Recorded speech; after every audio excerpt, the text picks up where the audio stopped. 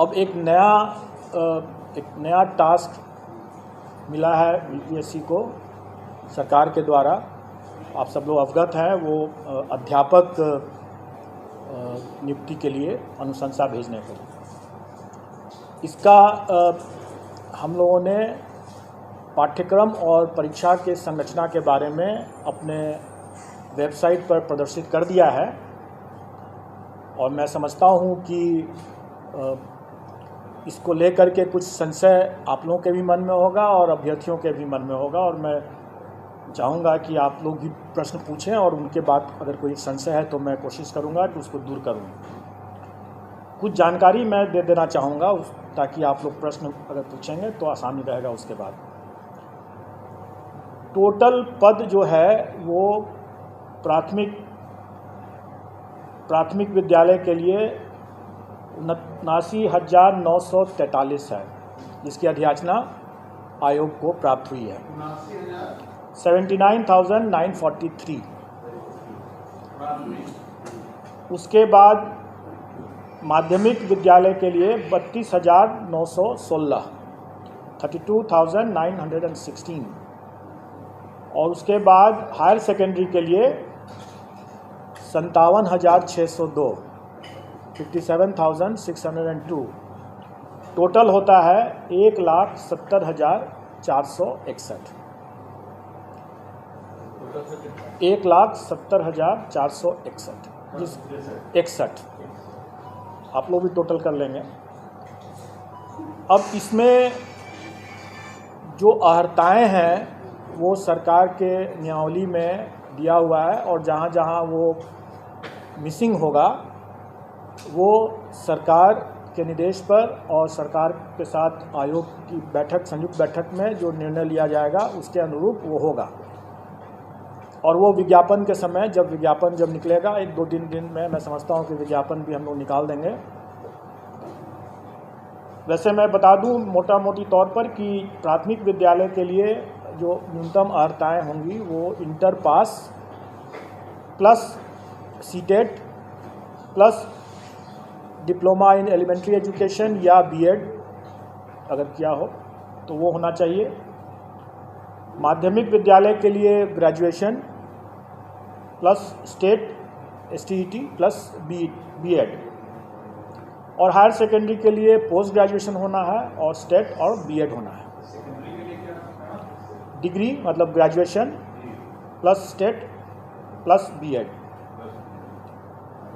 और इसमें जो नियमावली के हिसाब से ही जो लोग वर्ष 2012 के पूर्व के जो होंगे, जो नियोजित हैं, उनके लिए टीटी मतलब टीचर्स एलिजिबिलिटी टेस्ट से वो उनको एग्जेम्पशन है।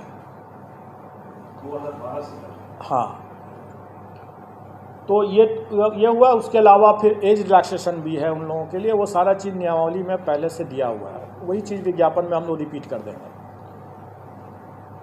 अब जो हम लोगों ने जो पाठ्यक्रम निकाला और जो उसके लाइट में लोगों को जो जिज्ञासा या संशय है, थोड़ा मैं उसको दूर करना चाहूँगा। पहली बात कि ये लोग प्रश्न पूछ रहे हैं कि परीक्षा एक ही दिन में होगा, एक दिन से अधिक में होगा, तो हम लोग आवेदन जो मांगेंगे वो इन सभी पदों के लिए एक साथ मांगेंगे, एक ही आवेदन होगा। मतलब कहने का है कि एक कैंडिडेट अगर वो योग्य है तो वो प्राथमिक के साथ साथ वो हाई स्कूल के लिए भी और हायर सेकेंडरी स्कूल के लिए भी, तीनों के लिए वो अप्लाई कर सकता है। एक साथ अप्लाई एक साथ कर सकता है। और जब हम अप्लाई करने की जब हम उसको सुविधा देंगे, क्योंकि उसका हक भी है, अगर वो योग्य है तो तीनों में अप्लाई कर सकता है, तो स्वाभाविक है कि हम उसको तीनों के लिए परीक्षा में उत्तीर्ण होने के लिए भी हम उसी हिसाब से परीक्षा की तिथि को रखेंगे, ताकि अगर वो योग्य कैंडिडेट है तो वो तीनों परीक्षा में अलग अलग तिथि पर वो भाग ले सकता है। अब हम आते हैं पाठ्यक्रम के बारे में। पाठ्यक्रम या और परीक्षा की जो संरचना है वो हम लोगों ने इस तरीके से डिसाइड किया है कि एक पेपर जो होगा वो क्वालिफाइंग नेचर का है और वो भाषा का पेपर जो है वो क्वालिफाइंग नेचर का है। उसमें उसको सिर्फ पास करना है, उसका मेरिट में नहीं जुटेगा। उसमें भाषा में 2 सेक्शन रहेगा। एक सेक्शन अंग्रेजी है जो सबको करना है और दूसरा सेक्शन में विकल्प है, मतलब कि वो हिंदी, उर्दू या बांग्ला। क्योंकि हमारे पास जो पद आए हैं प्राथमिक में, उसमें बांग्ला के लिए 148 पद है, उर्दू के लिए 12,729 पद है और बाकी जो प्राथमिक के जो बाकी हैं वो सामान्य मतलब हिंदी के हैं। ये जो क्वालिफाइंग वाला जो मामला है जिसमें 25 मार्क्स का अंग्रेजी, मैं आपकी जिज्ञासा को जल्दी ही शांत कर दूंगा। 25 मार्क्स जो रहेगा वो, और सभी एग्ज़ाम जो हमारे हैं वो MCQ बेस्ड हैं, मतलब कि ऑब्जेक्टिव टाइप के हैं और मल्टीपल चॉइस क्वेश्चंस रहेंगे। और क्वालिफाइंग नेचर का जो पेपर भाषा का है उसमें अंग्रेजी 25 नंबर के रहेंगे, 25 प्रश्न, और हिंदी या उर्दू बांग्ला जो रहेगा वो 75-75 का रहेगा। उसमें से कोई एक चुनना है उनको, मतलब टोटल 100 नंबर के 100 प्रश्न रहेंगे और पूरे पेपर में उनको 30% मतलब कि 30 नंबर न्यूनतम लाना होगा, तभी वो पास करेंगे, नहीं तो वो परीक्षा से, प्रतियोगिता से बाहर हो जाएंगे। इसमें जो लोगों को जो जिज्ञासा है कि पहला कि क्या 30% अंग्रेजी में अलग और हिंदी में अलग लाना है, तो ऐसी बात नहीं है। संयुक्त रूप से उनको 30% लाना है, मतलब 30 नंबर लाना है। लेकिन मेरा ये मानना है कि ऐसा नहीं हो सकता है कि कोई शिक्षक हों और वह सड़क पर अगर चल रहे हैं और सड़क पर जो रोड पर जो साइनेजेस रहता है वो अंग्रेजी में भी रहता है, तो उसको न पढ़ सकें, वो शिक्षक क्या हुए? जो राह चलते हुए जो रोड के जो साइनेजेस है उसको अंग्रेजी में अगर लिखा हुआ है तो उसको भी न पढ़ सकें, तो क्या वो अच्छी गुणवत्ता के शिक्षक हुए? इसलिए हम लोग प्रश्न के स्तर को हम लोग इस तरह से रखने का कोशिश करेंगे कि हम उनको, अंग्रेजी ज़रूर सरल रहेगा, कठिन नहीं रहेगा। हम मानते हैं कि यहाँ पर हिंदी भाषी प्रदेश है तो अंग्रेजी का प्रश्न कठिन नहीं रहेगा, लेकिन इसका ये मतलब हुआ कि हिंदी का भी प्रश्न सरल नहीं होगा, क्योंकि अगर हिंदी का प्रश्न भी सरल हुआ और अंग्रेजी का प्रश्न भी सरल हुआ तो सब हिंदी ही देख करके निकल जाएंगे। इसलिए थोड़ा हम लोग भी दिमाग लगाएंगे और मैं चाहूँगा कि अभ्यर्थी भी थोड़ा तो अंग्रेजी भी पढ़ ही लें, ताकि वो शून्य ना हो अंग्रेजी उनका, क्योंकि शून्य से अगर फिर वो आगे नहीं बढ़ पाएंगे, राह चलता वो साइनेज भी नहीं पढ़ पाएंगे, तो वो अपने छात्रों को कैसे पढ़ाएंगे। ये रही बात जो हमारे वैकल्पिक जो क्वालिफाइंग नेचर के जो भाषा का जो पत्र है उसके बारे में मैंने बतलाया। इसके बाद अब मेन पेपर होगा।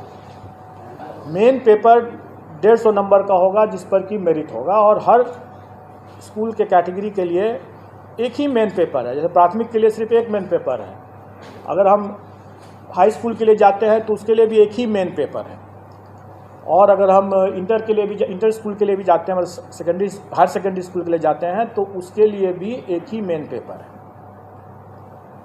एक ही पेपर उसके बाद देना है, और वो अगर कोई अभ्यर्थी अगर तीनों श्रेणी के लिए अप्लाई करता है तो स्वाभाविक है कि उसको फिर तीनों पेपर देना होगा। अलग अलग दिन होगा लेकिन देना होगा तीनों के। मेरिट लिस्ट अलग अलग बनेगा क्योंकि सबके लिए अलग अलग वो परीक्षा है।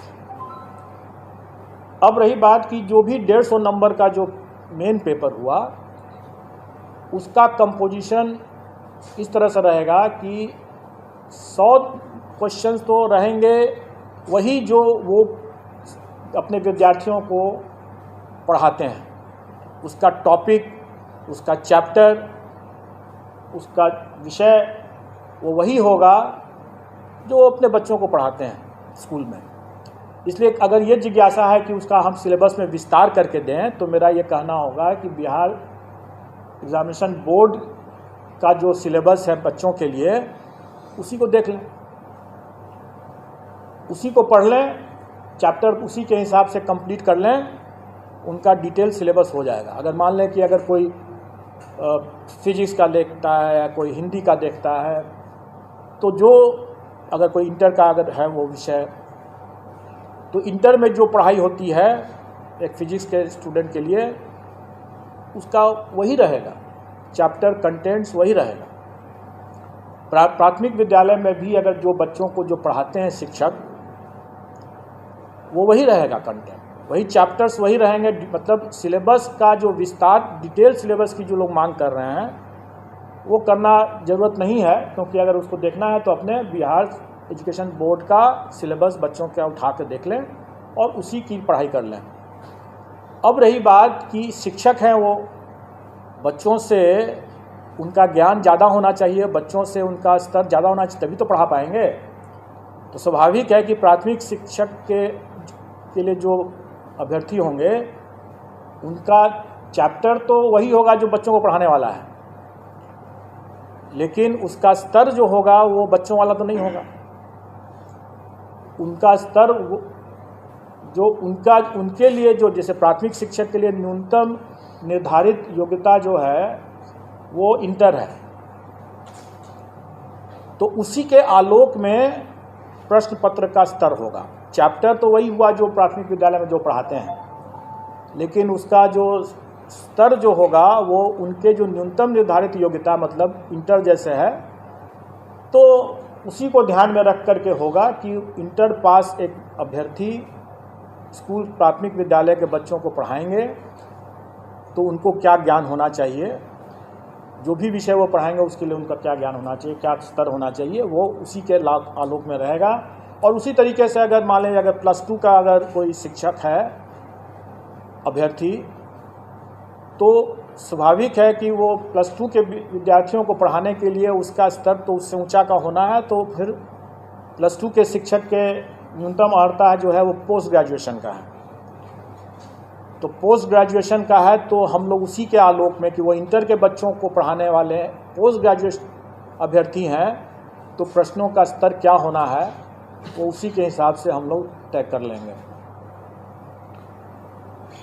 तो अब इसमें इसको लेकर के जो लोगों को कन्फ्यूज़न था कि हमारा क्या रहेगा, पाठ्यक्रम का कैसे मतलब डिटेल क्या रहेगा, तो मैंने बता दिया। अब रही बात कि ये तो 100 नंबर के हुआ, बाकी 50 नंबर के जो रहेंगे वो सामान्य ज्ञान जो है, जनरल साइंस कह लें, जनरल स्टडीज़ कह लें, वो बेसिकली जो पहला जो 100 नंबर का जो हुआ वो उनके नॉलेज का टेस्ट होगा, और बाकी जो 50 नंबर का जो होगा वो उनके इंटेलिजेंस का टेस्ट होगा।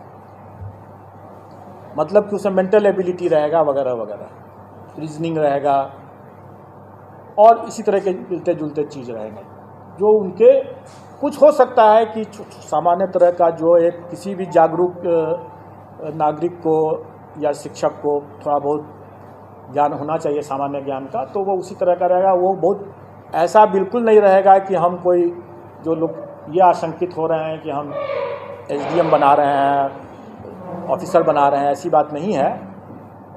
वो भी लोक सेवक ही होंगे, और जो SDM जो हैं वो भी लोक सेवक ही होंगे, और किसी भी एक लोक सेवक को एक जो सामान्य ज्ञान का जो स्तर होना चाहिए, इसका स्तर उतना ज़्यादा नहीं होगा, जो कि स्पष्ट है।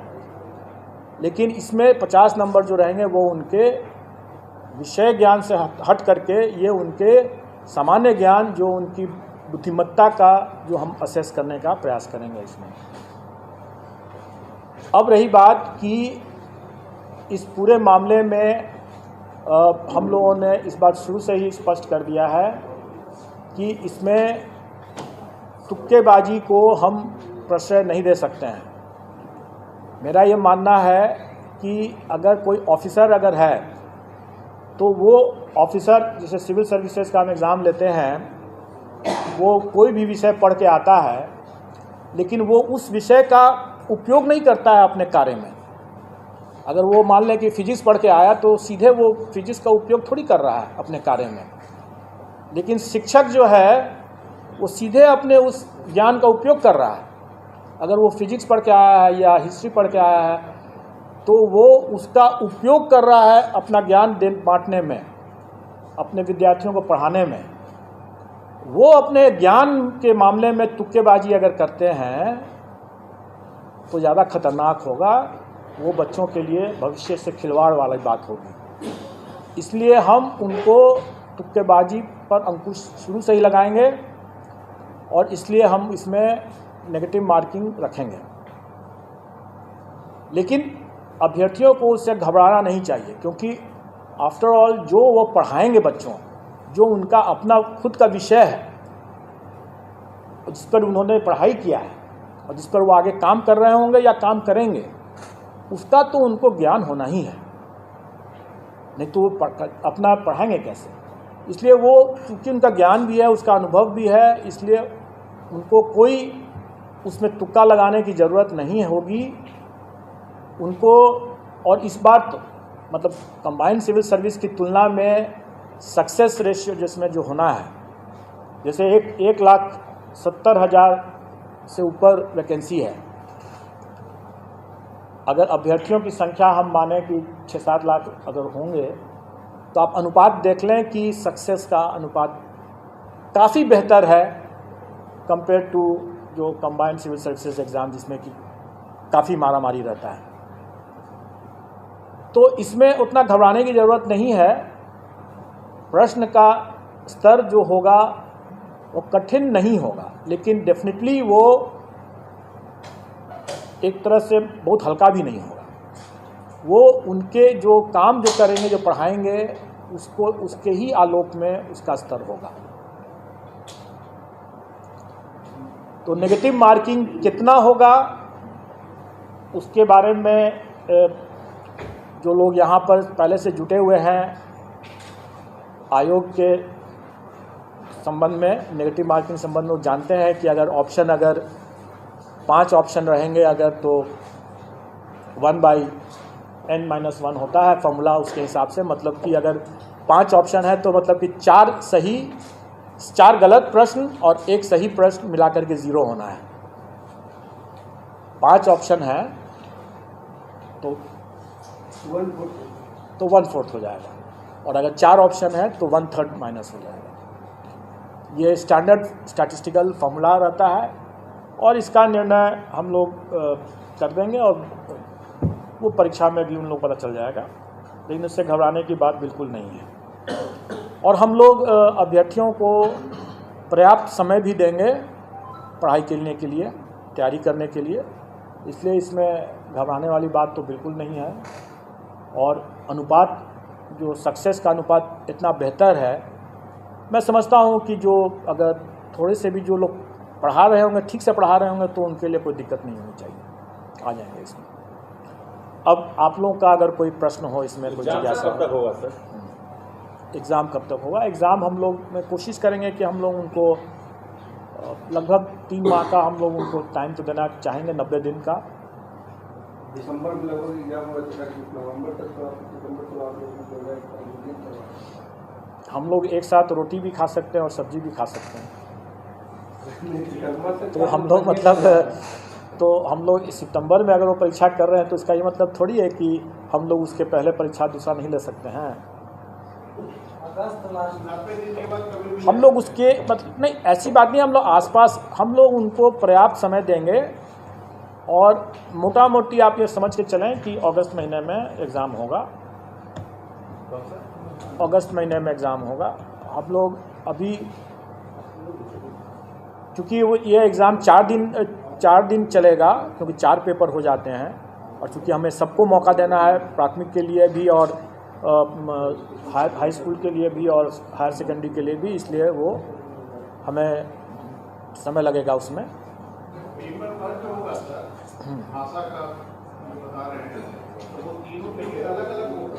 नहीं, वो तीनों के लिए एक होगा। इसलिए आपको वो सरल होगा, वो सरल होगा। हम लोग चाहेंगे कि जो हमारे शिक्षक हैं वो अपने भी मतलब सर उठा करके चलें, और आप लोग भी जब जाकर के जब कभी चेक करते हैं और बोल पाते हैं कि उनको मतलब एक स्पेलिंग नहीं अपना रविवार शनिवार तक नहीं जानते हैं, तो फिर बड़ा दुखद स्थिति वैसी नहीं होगी बात। बस उतना ही जानना है उनको, क्योंकि उसके बाद जो अपने विषय के जो हैं वो अपने विषय के तो ज्ञाता हैं ही। इसका सिलेबस क्या होगा सर, भाषा का? वही तो मैं बता रहा हूँ कि ये एक सामान्य होगा। अगर मान लें कि अंग्रेजी की बात अगर करें तो वो कम से कम अगर अंग्रेजी का अखबार उठा करके पढ़ तो सकें, अगर 4 लाइन में कोई लिखा हुआ है तो उसको समझ तो सकें कि क्या लिखा हुआ है, उतना ही भर है, सामान्य है। कोई हम उसमें उनसे शेक्सपियर के बारे में नहीं पूछने वाले हैं। इसमें कट ऑफ मार्क्स जैसे था कि सर पढ़ाना अध्यापक होगा 40 पे, वो सामान्य प्रशासन का बहुत पुराना सर्कुलर है और वो सभी परीक्षाओं में लागू है, वो इसमें भी लागू है। सर अभी इंग्लिश पेपर की बात कर रहे थे, तो जहाँ तक मेरे नज़रिया है कि ग्रामीण क्षेत्र में बहुत कम ऐसे टीचर है जो इंग्लिश पढ़ाते हैं। गवर्नमेंट स्कूल में इंग्लिश का साधन नहीं है, तो लोग कैसे पढ़ेंगे और कैसे पेपर दे पाएंगे? देखिए, जैसे आप शायद पता नहीं थी कि नहीं थी, मैंने बताया कि क्या ग्रामीण क्षेत्र के लोग पटना नहीं आ रहे हैं? आ रहे हैं। और सड़कों पर आजकल पटना के सड़कों पर आप देखेंगे कि साइनेजेस जो हैं काफ़ी अंग्रेजी में लिखे हुए हैं। जितने व्हाट्सअप जो होते हैं, बहुत से व्हाट्सअप तो अंग्रेजी में भी लिखते हैं ना। सीनियर टीचर्स जो है कोई एक अगर हम बिहार के भविष्य के लिए बात कर रहे हैं, हमारे बच्चे क्या उनकी सीमाओं से बच्चे की भी जानकारी या उनका जो ज्ञान जो है बाधित हो जाए? नहीं होना चाहिए। हम उनको अंग्रेजी पढ़ाने के लिए नहीं कह रहे हैं, क्योंकि वो अंग्रेजी विषय के वो शिक्षक नहीं है, इसलिए अंग्रेजी वो नहीं पढ़ा रहे हैं। लेकिन उनको इतनी जानकारी तो होनी ही चाहिए ना, जो अपने, क्योंकि वो अगर प्राथमिक विद्यालय के अगर शिक्षक है तो वो सब कुछ पढ़ा रहे हैं। हाई स्कूल के हैं तो वो अलग बात है, फिर तो विषयवार हो गया, फिर तो उसको अंग्रेजी के अलग विषय के शिक्षक होंगे। 25 नंबर है अंग्रेजी में, 75 है हिंदी में। हम अंग्रेजी नहीं बना, 75 सिर्फ हिंदी बना। तो आपने मैंने इसके बारे में जवाब दे दिया है, मैंने इसके बारे में जवाब दे दिया है, इसलिए आप उसको आप समझ लें। सर एक चीज़ है सर, इसमें कहा जा रहा है सर, जो बीएड और ये सब का जो क्वालिफिकेशन रखा गया वो ट्रेनिंग से रिलेटेड क्वेश्चन क्यों नहीं सर रखा? Yes, good question. मैं बता दूं, आप तीनों स्तर के, क्योंकि अभी मेरे पास मध्य विद्यालय की वैकेंसी नहीं आई है, इसलिए मैं मध्य विद्यालय के बारे में नहीं बता रहा हूँ, अभी कुछ तय नहीं हुआ है, उसका जब आएगा तो उस समय देखा जाएगा। लेकिन अभी जितने भी स्तर लेवल के विद्यालय के शिक्षकों के बारे में मामला है, सब में देखेंगे कि अनिवार्य अर्हता में सीटेट, एस्टेट ये है या बीएड डीएलएड है। ऐसी स्थिति में उन परीक्षाओं में प्रशिक्षण संबंधित कैसे पेडागोजी जो कहते हैं उसके संबंध में या चाइल्ड डेवलपमेंट के बारे में ऑलरेडी उसकी परीक्षा वो टीचर्स एबिलिटी टेस्ट में दे चुके हैं। तो अब फिर से उसी चीज़ के अगर हम लेने लगे हैं तो फिर आप ही लोग कहेंगे कि जब उसमें जब ले ही चुके हैं तो फिर इसमें भी वही चीज़ ले रहे हैं, तो नई परीक्षा की क्या ज़रूरत है? नई परीक्षा की ज़रूरत इसलिए है क्योंकि जो अभ्यर्थियों की संख्या अगर 6 लाख है और अगर हम उसमें से 1,70,000 ही को हमको अगर लेना है, तो स्वाभाविक है कि हम मेरिट बेस्ड ही हम सिलेक्शन प्रोसेस करेंगे। अब रही बात कि पेडागोजी जो है या चाइल्ड डेवलपमेंट, सीडीपी जिसको कहते हैं, चाइल्ड डेवलपमेंट पेडागोजी की बात जो कहते हैं, ये ऐसा चीज़ है जिसके लिए वो पहले से एलिजिबल हो, अपनी पात्रता पहले से प्रमाणित कर चुके हैं। दूसरी बात कि ये ऐसा मामला है कि वो भविष्य में, क्योंकि वो टीईटी करके आए हुए हैं, वो जब स्कूल में जब जाएंगे वहाँ भी और भी अनुभव ज्ञान अभी हासिल करेंगे, उनका उसमें निखार आना ही है। उस पर हमको एक बार जब वो एलिजिबिलिटी टेस्ट कर चुके हैं उस बिंदु पर, तो दोबारा हमको उसी बिंदु पर उसकी परीक्षा लेने का कोई मतलब नहीं है। ये भाषा वाले में आपने जनरल तो हो गया, इंग्लिश और हिंदी दोनों होना चाहिए, लेकिन अगर कोई बंगला का इंस्ट्रूमेंट है या उर्दू का इंस्ट्रूमेंट है उसके लिए क्या वो भाषा का क्या वही तो मैं बताया ना कि Hindi oblique Urdu oblique Bangla. Hindi oblique अगर प्रश्न पत्र बाइलिंगुअल रहेगा या हिंदी केवल? देखिए प्रश्न पत्र जो हमारा जो सब्जेक्ट का जो रहेगा वो बाइलिंगुअल रहेगा, लेकिन नेचुरली अगर हिंदी का प्रश्न अगर है का पेपर है तो हिंदी में ही सिर्फ रहेगा। अगर इंग्लिश का है तो फिर उसमें हिंदी तो नहीं रहेगा। एक उर्दू वाले की मदरसा वाले जो लैंग्वेज का जो विषय का जो पेपर रहेगा वो उसी लैंग्वेज में रहेगा, जो वो बाइलिंगुअल नहीं रहेगा। ये पीईटी को लेके बिहार में जो अब तक परीक्षाएं हुई है इसमें महिलाओं को विशेष छूट दिया गया है कि 85% छूट दे दिए 85 मार्क्स। तो क्या वो छूट आप जारी रखेंगे या फिर 90 का है? देखिए जो मिनिमम क्वालिफाइंग जो कट ऑफ है वो सरकार के द्वारा पहले से निर्धारित है, उसमें महिलाओं के लिए अलग है, सामान्य के लिए अलग है। वो उसका पूरा आप लोगों को ज्ञान होगा, हमारे पाठ्यक्रम में भी वो फॉर्म परसेंटेज लिखा हुआ है। अब रही बात कि सरकार ने इस बार जो नियमावली जो बनाया है उसमें प्राथमिक विद्यालय के शिक्षकों के लिए शिक्षकों के पद पर महिलाओं के लिए आरक्षण जो है 50% शायद रखा है, 50% रखा है, जो अन्य में 30% या 35% है। प्राथमिक में 50 और अन्य में 35। अन्य में जो पहले से है वो सही रहे और प्राथमिक विद्यालय के केस में 50% आरक्षण महिलाओं के लिए।